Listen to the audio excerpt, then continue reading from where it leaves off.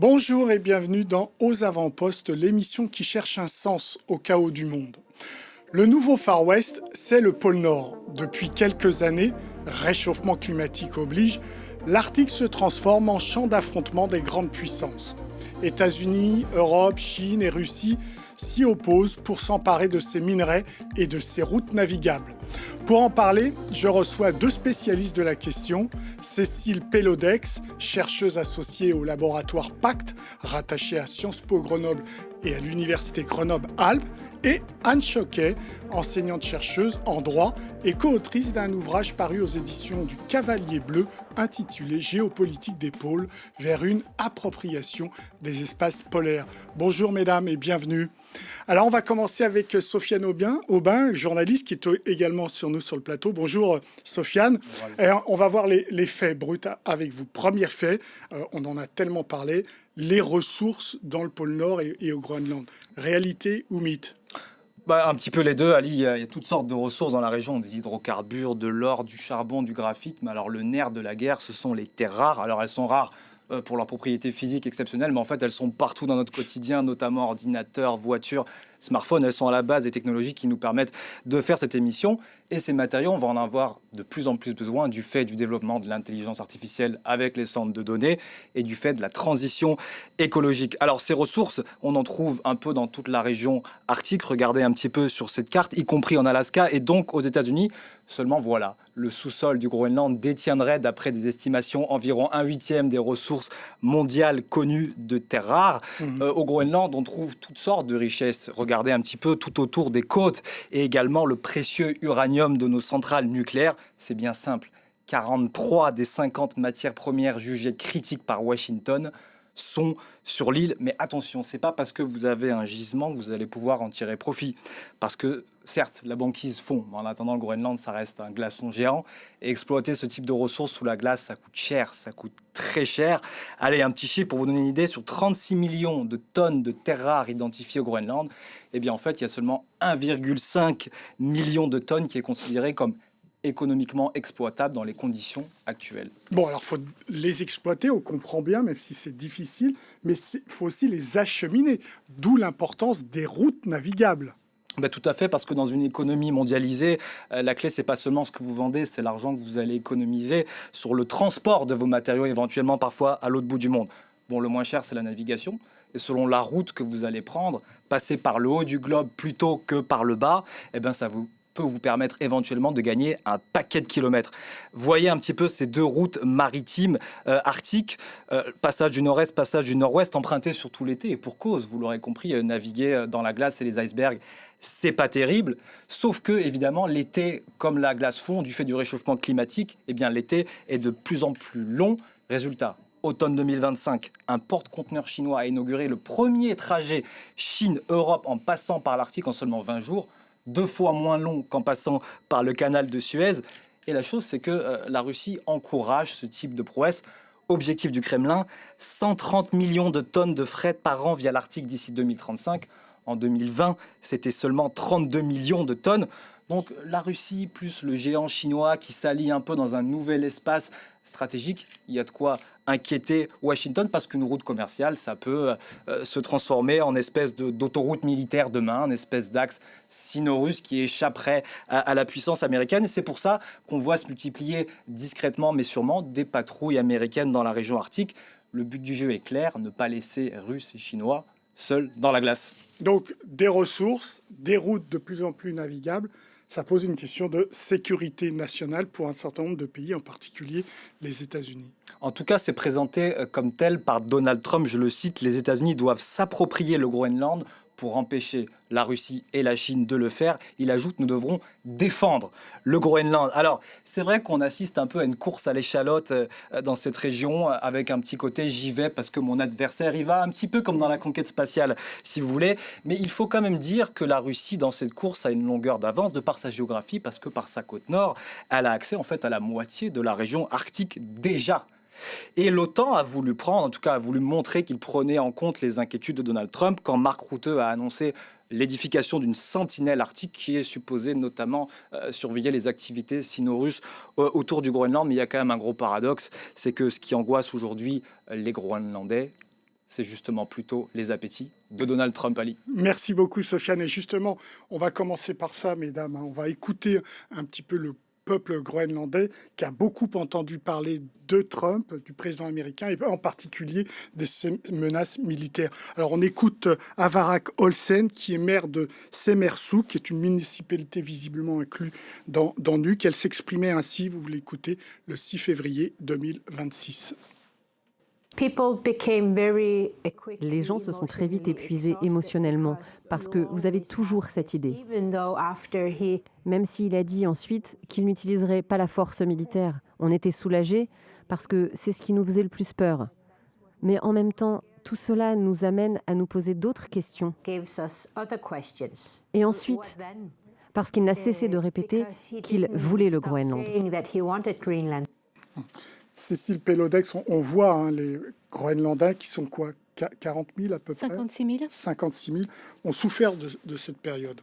C'est une séquence qui est très brutale pour les Groenlandais, qui n'est pas terminée d'ailleurs, et qui a été particulièrement violente parce que d'une part, il y a une asymétrie de pouvoir extrême entre les États-Unis et le Groenland en termes de puissance, en termes de population.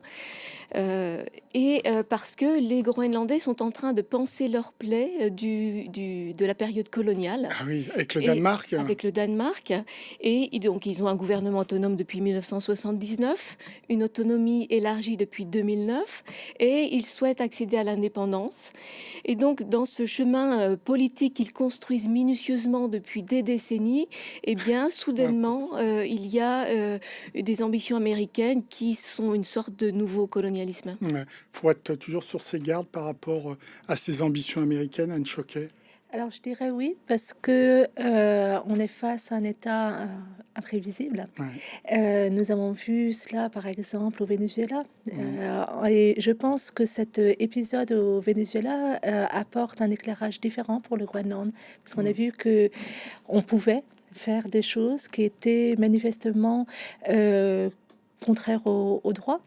Et être face à un État imprévisible fait peur, je pense, quand on est sur un territoire qui, vu sa présence dans une région qui connaît beaucoup d'évolution, donc on a bien sûr des États qui s'y intéressent, des entreprises qui s'y intéressent, et on ne sait pas comment ça va se passer. Cécile Pellodex, est-ce qu'on peut imaginer une entente, un accord entre Mark Rutte, secrétaire général de l'OTAN, et l'OTAN en général, et les États-Unis de Trump, il faut préciser. Alors, l'accord qui a été évoqué à la sortie de la rencontre de Davos est pas très clair. Ah oui. Et en fait, il concerne apparemment l'OTAN et les États-Unis. Et le Groenland et le Danemark se sont manifestés par rapport à cet accord et on dit qu'en fait, toute décision qui devait concerner le Groenland devait passer par le Danemark et par le Groenland. Donc il faut absolument que ces deux entités soient associées à toute discussion concernant l'avenir du Groenland. Bon, la pression est quand même toujours très forte de la part des États-Unis, Anne Choquet, vous l'avez dit, parce qu'il y a une question de sécurité nationale. Alors, dans les discours la plus récent du président américain, la sécurité est systématiquement mise en avant, ce qui n'était pas le cas, ou moins, avant. Là, on dit, on a besoin de ce territoire pour notre propre sécurité, et on voit même dans certains discours pour la sécurité internationale. Donc là, automatiquement, ça fait réagir, on est interpellé par une telle approche. Finalement, les États-Unis sont déjà en Arctique. Qu'est-ce que cette possible appropriation imaginée par les États-Unis apporterait de plus?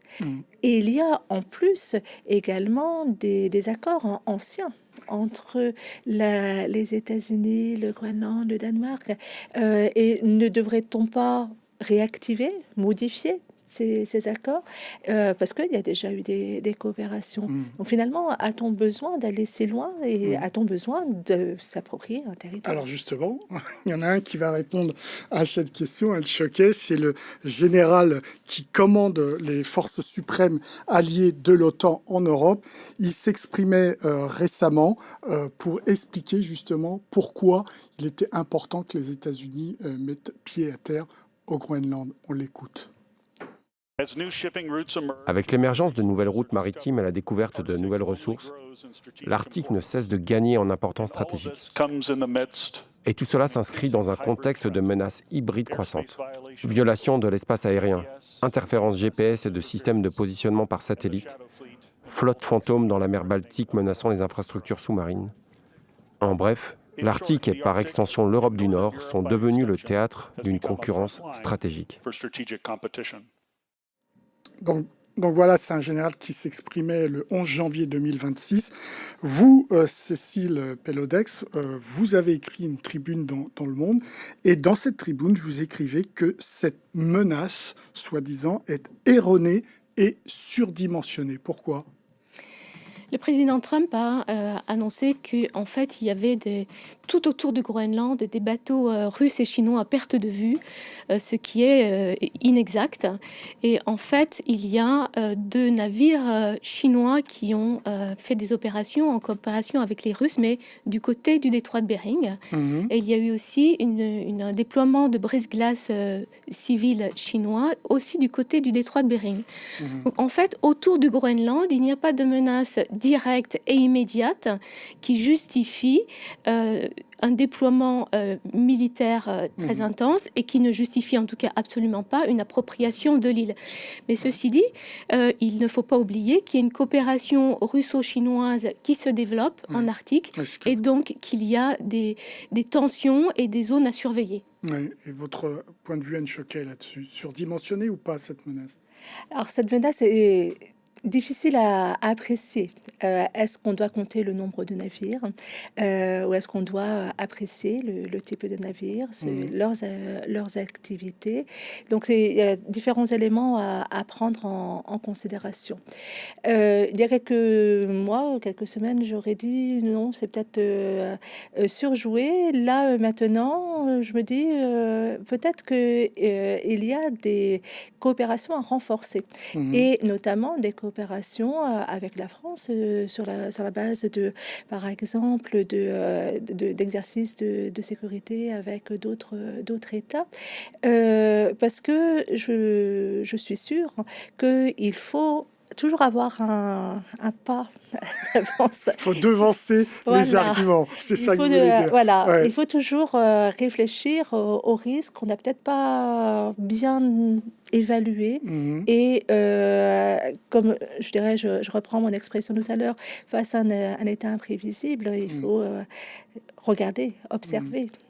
Cécile Pellodex, vous parliez du détroit de Bering. Si je me trompe, c'est bien le détroit qui permet de toucher quasiment la Russie et les États-Unis. Absolument. Donc, Et l'Alaska, oui. oui. Donc c'est pas vraiment sur l'ensemble du pôle Nord. Non, mais ce que disait le général, c'est que en fait, l'Arctique, c'est une très grande région composée de différentes sous-régions dans lesquelles les problématiques ne sont pas forcément les mêmes. Et alors, au niveau, effectivement, du détroit de Bering, il y a beaucoup de surveillance à mettre en place. Et il y a aussi, on redoute, un déploiement et un déversement de flottes hostiles dans l'Atlantique Nord. Voilà. D'accord. Donc il y a réellement des zones à surveiller et aussi au sud du Groenland, mais ça n'est pas l'ensemble du Groenland forcément en tant que tel.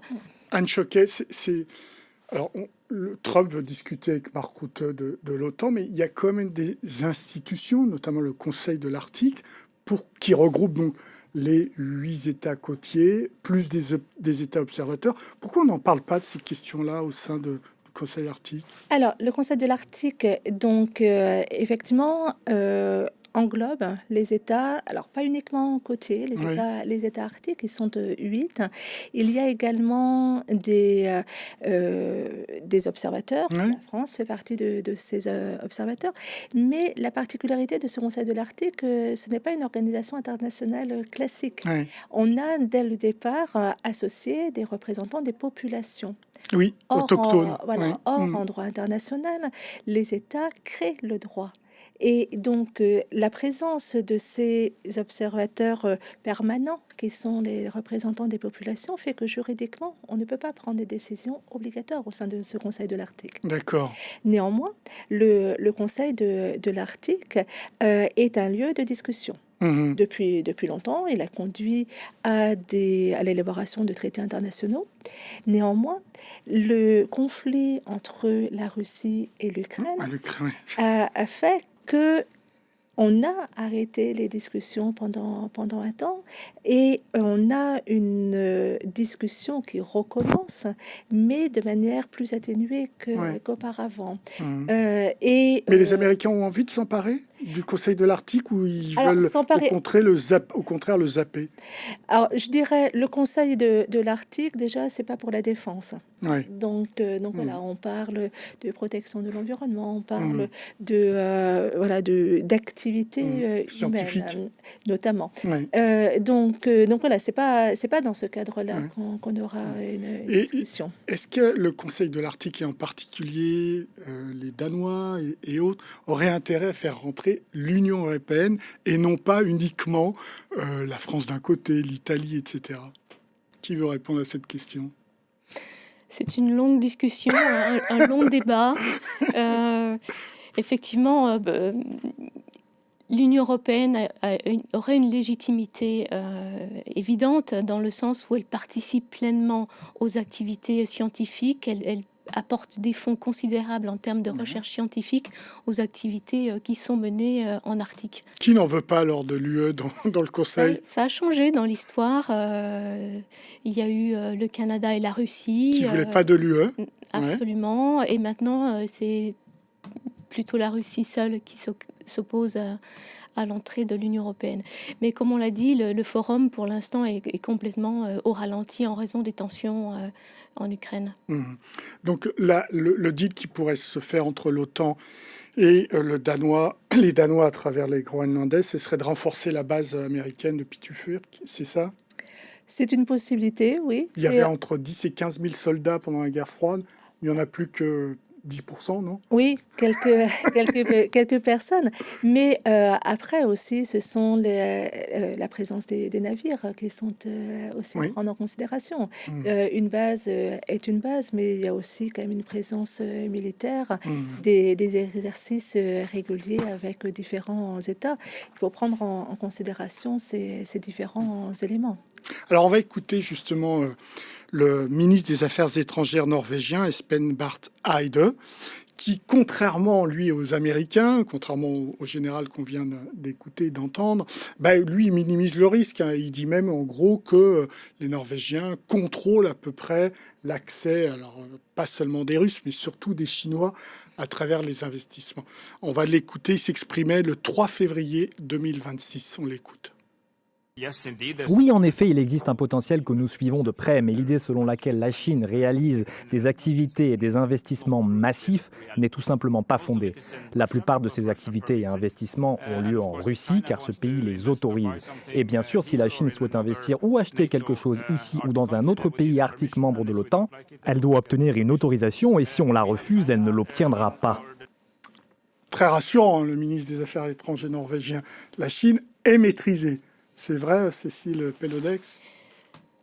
Il y a quelques années, la Chine a en fait essayé d'avoir des investissements très diversifiés dans des infrastructures critiques, stratégiques en Europe et au Groenland.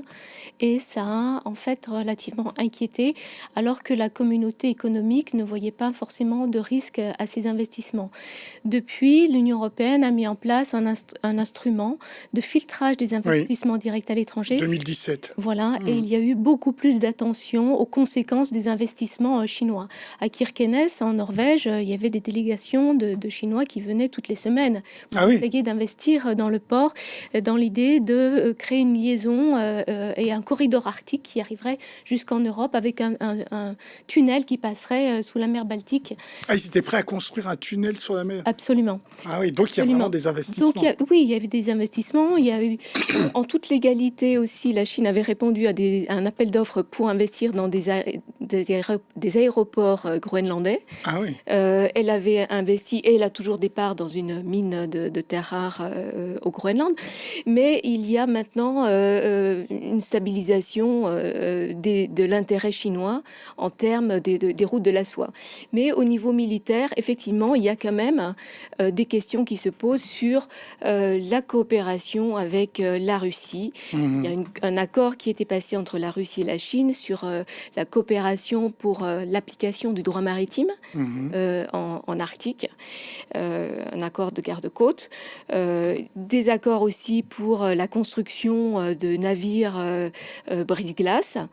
Donc ça reste effectivement à surveiller. Donc on est en fait dans une situation où on est un peu dans l'entre-deux, je dirais, où il y a effectivement des menaces en termes de sécurité, mais qui sont à relativiser selon les régions de l'Arctique. Anne Choquet, on a vu dans les cartes qu'on nous a montrées Sofiane Aubin au début qu'il y avait des routes navigables de plus en plus à cause du réchauffement climatique. Est-ce que ça se fait dans la liberté la plus totale? Est-ce que c'est encadré juridiquement? Comment ça se passe?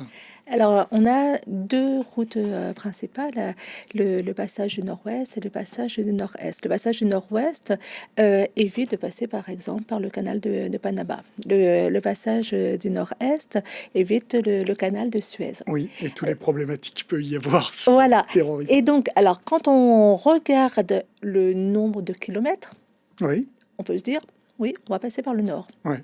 Mais il ne faut pas négliger le fait que même si ça paraît plus court, c'est peut-être pas toujours la bonne solution. Nous avons des changements climatiques, oui. L'été, on peut envisager des activités. Mais quand on regarde ce qui se passe, d'une année sur l'autre, ça peut changer.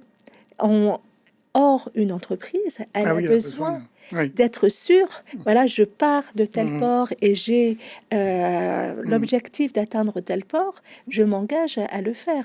Donc, si je suis coincée par les glaces, si je n'ai pas un navire qui est adapté à cette situation, ça peut Mais d'un point de vue juridique, tout le monde a le droit. Alors, pas... tout dépendra où vous êtes. En haute mer, donc nous avons un régime de liberté. Mais après, si vous vous rapprochez des côtes, vous allez vous retrouver dans des zones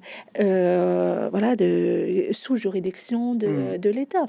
Et on trouve normal, par exemple, que la France observe et organise les passages au large de Ouessant, par exemple. Les États arctiques se comportent de la même manière. Un État côtier a la possibilité d'organiser, de surveiller. Mais il y a quand même une liberté de circulation en mer qui est quand même le principe du droit de la mer. Cécile Pellodec, ça va poser des problèmes, cette liberté des mers? Alors la Russie a une position particulière. Ah bon? Parce qu'elle a... Donc il y a le passage du nord-ouest et à l'intérieur du passage du nord-ouest, il y a une section qui est la route du Nord-Est et qui est légiférée par la Russie. Et dans cette section-là, la Russie impose des droits d'escorte. Passage? Ah bon? Absolument. Non, pas de passage. D'escorte. Voilà. Ah oui. Ça revient un peu au même. Vous êtes obligé d'avoir une escorte, c'est ça? Absolument. D'accord. Et la Russie utilise aussi le fait qu'il y a cette zone-là, qui normalement est une zone de navigation, de libre navigation, est couverte par les glaces. Or, dans la Convention des Nations Unies pour le droit de la mer, Montego Bay, il y a un seul article qui est relatif à l'Arctique, c'est l'article 234, qui prévoit que pour des raisons de protection de l'environnement, si une zone est couverte de glace, l'État a le droit de légiférer cette zone. D'accord, c'est ce que fait la Russie. Les Russes. D'accord. Et en plus de cela, il y a 3 détroits sur le passage du Nord-Ouest que la Russie revendique comme des eaux territoriales. Et les États-Unis et l'Union européenne en particulier considèrent que ce sont des détroits internationaux. Ah oui. Donc là, il y a une différence d'interprétation. Et la France, en 2018, a fait traverser un navire, le Lôme, pour faire reconnaître qu'on pouvait appliquer le droit maritime. Ouais. Et donc, elle est passée par ces détroits. Merci beaucoup, mesdames, pour vos interventions et pour vos réponses. Aux avant-postes, c'est terminé. Évidemment, vous pouvez retrouver cette émission sur france24.com, sur nos réseaux sociaux et sur nos podcasts. Au revoir.